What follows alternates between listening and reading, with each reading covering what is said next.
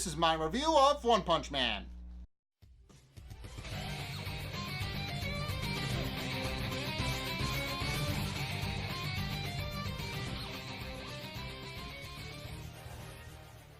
Okay, so this episode was interesting.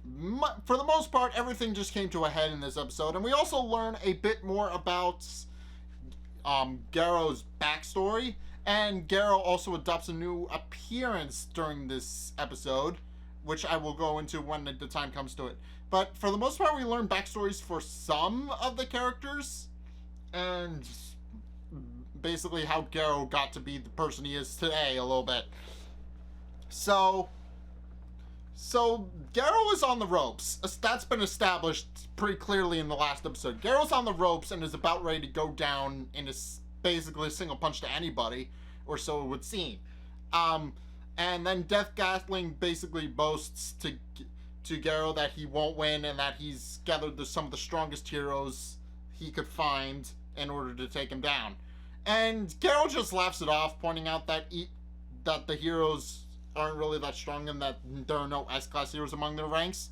And Death Gatling kind of agrees with him, saying that there is a hierarchy in the Hero Association, which we've seen up to this point, and points out that the main reason he gathered mostly A and B class heroes is so that they can actually get the recognition they deserve as heroes, which is why he gathered them.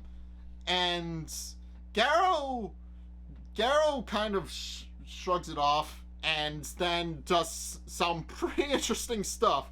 For the most part, I won't go into the full extent of the fight because I really can't, because it's a very complex fight, and for the most part that's what this episode is. But basically, to sum it up, he starts using the heroes' weapons against them and is effortlessly able to defeat them all, save for Death Gatling.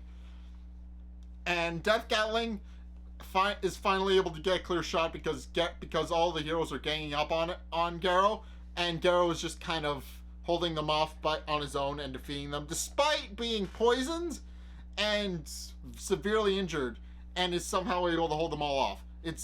We're not entirely sure how he did that, but he's kind of amazing. But anyway, Death Gatling finally tries to finish off Garo once and for all with his Death Gatling ability, despite all of the heroes now being defeated. And Garo tells him not to do that because he points out that Terrio is in the shed behind him, and that if Death Gatling opens fire, he's probably going to kill the kid. And he's not lying. Terrio is hiding in the shed, but Death Gatling doesn't believe him and open fire anyway.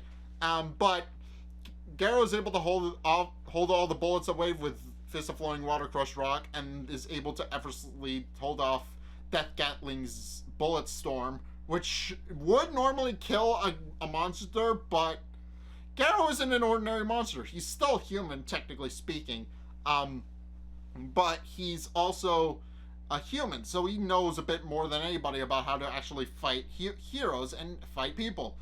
And it's actually revealed that the main reason he is fighting heroes in the first place is because, well, we've seen this already, but he's always sympathized with the monsters in the scenario when he was watching the children's shows as a kid.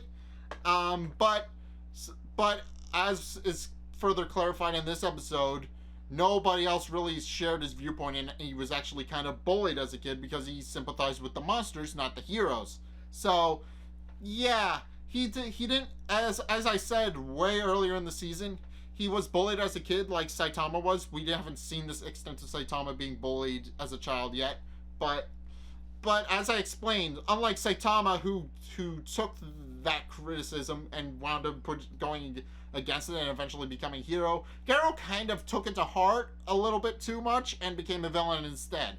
So, as I explained, Garo is kind of trying to become a monster so that he can prove that monsters do indeed have their own worth in society and shouldn't just be treated badly because they're monsters. So so we've already established he empathizes with the monsters, but then we finally see that the tipping point for him actually becoming the human monster itself was because he tried to explain his point of view to some kids, and they did not take kindly to it and and he was bullied for it. Um, but Death Gatling, after expending all his ammo, is effortlessly defeated. At which point, Terrio comes out and is quite understandably horrified by what he just saw. He just saw somebody he thought was a good person take out an entire group of heroes and to effortlessly kick their ass. And in the effort of actually beating all the heroes, Garo has single-handedly alienated the one person who actually liked him. So, Garo is going to have to come to pay for that situation later.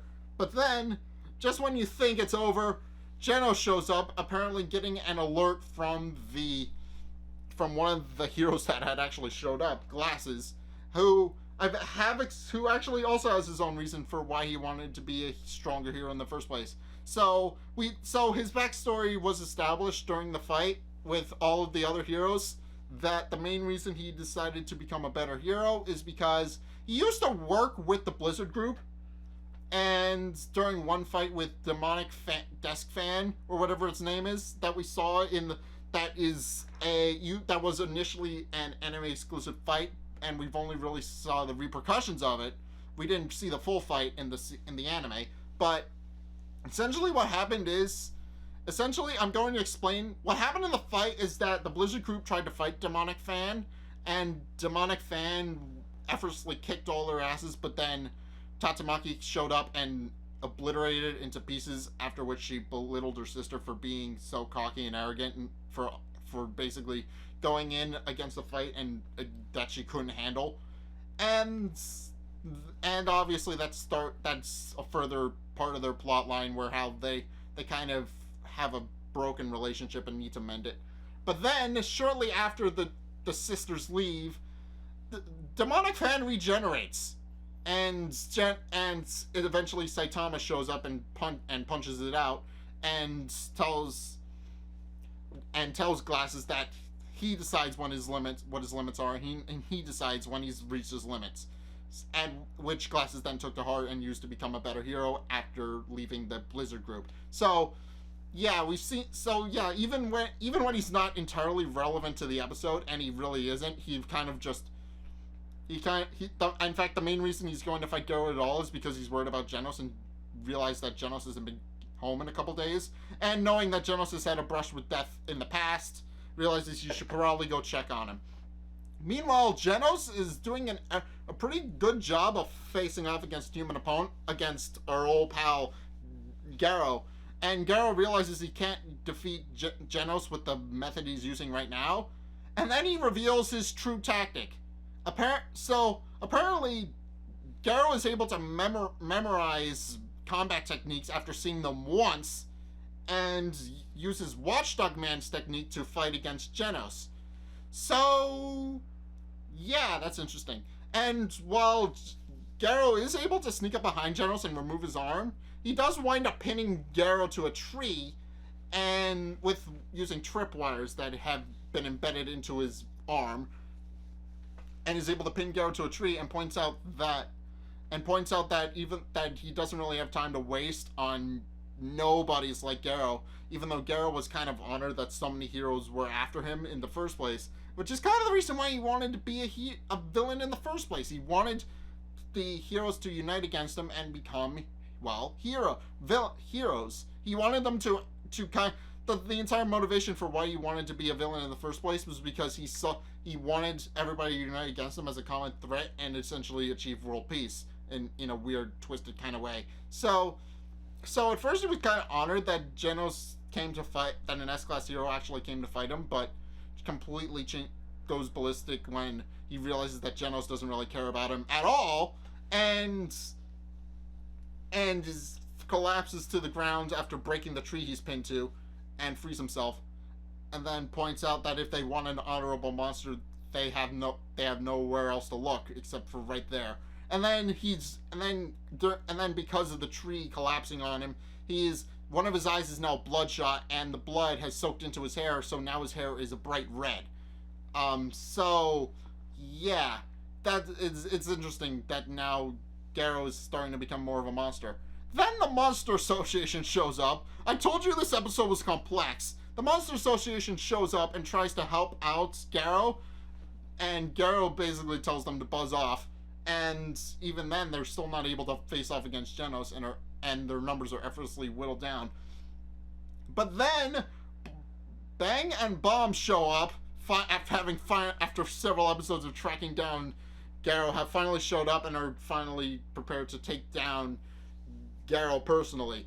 So now that Garrow has to deal with that, and we do see that they are now starting to go face off. And we do learn a bit of backstory here as well. We learn that Garrow came to Bang, and Bang took a shine to him and recruited him, and which is why he recruited Garrow in the first place. And then Garrow kind of betrayed that trust, obviously, by basically assaulting all of his other patrons, all of his other disciples.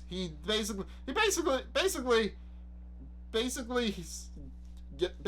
Bang stuck out his hand to recruit Garrow, and Garrow basically spit on it after taking him up on his offer. That's basically why Bang wants to take down Garrow in the first place. And also, I do like this episode because it's mainly everything has come to a head here. So now the Monster Association is trying to recruit Garrow despite being decimated, and now Garrow has to come face the repercussions of his actions, having now alienated the only person who actually liked him, and now has to deal with his old mentor. So it's clear that now Garrow's arc is starting to come full circle.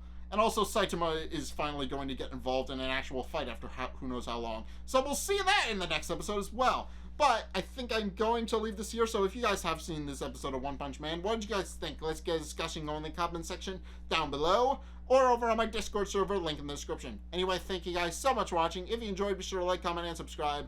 Also, be sure to follow me on Facebook and on Twitter in the description below. And also, check out my Patreon description below as well if you want to help support the channel. It's only a couple bucks a month, and it really helps me out, so I would definitely appreciate it if you did that. But anyway, thank you guys so much for watching, and until next time, I will see you guys in the next video. Peace!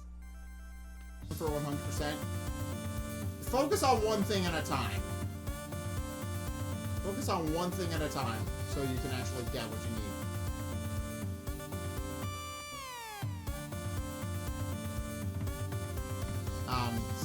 For example, if you're focusing on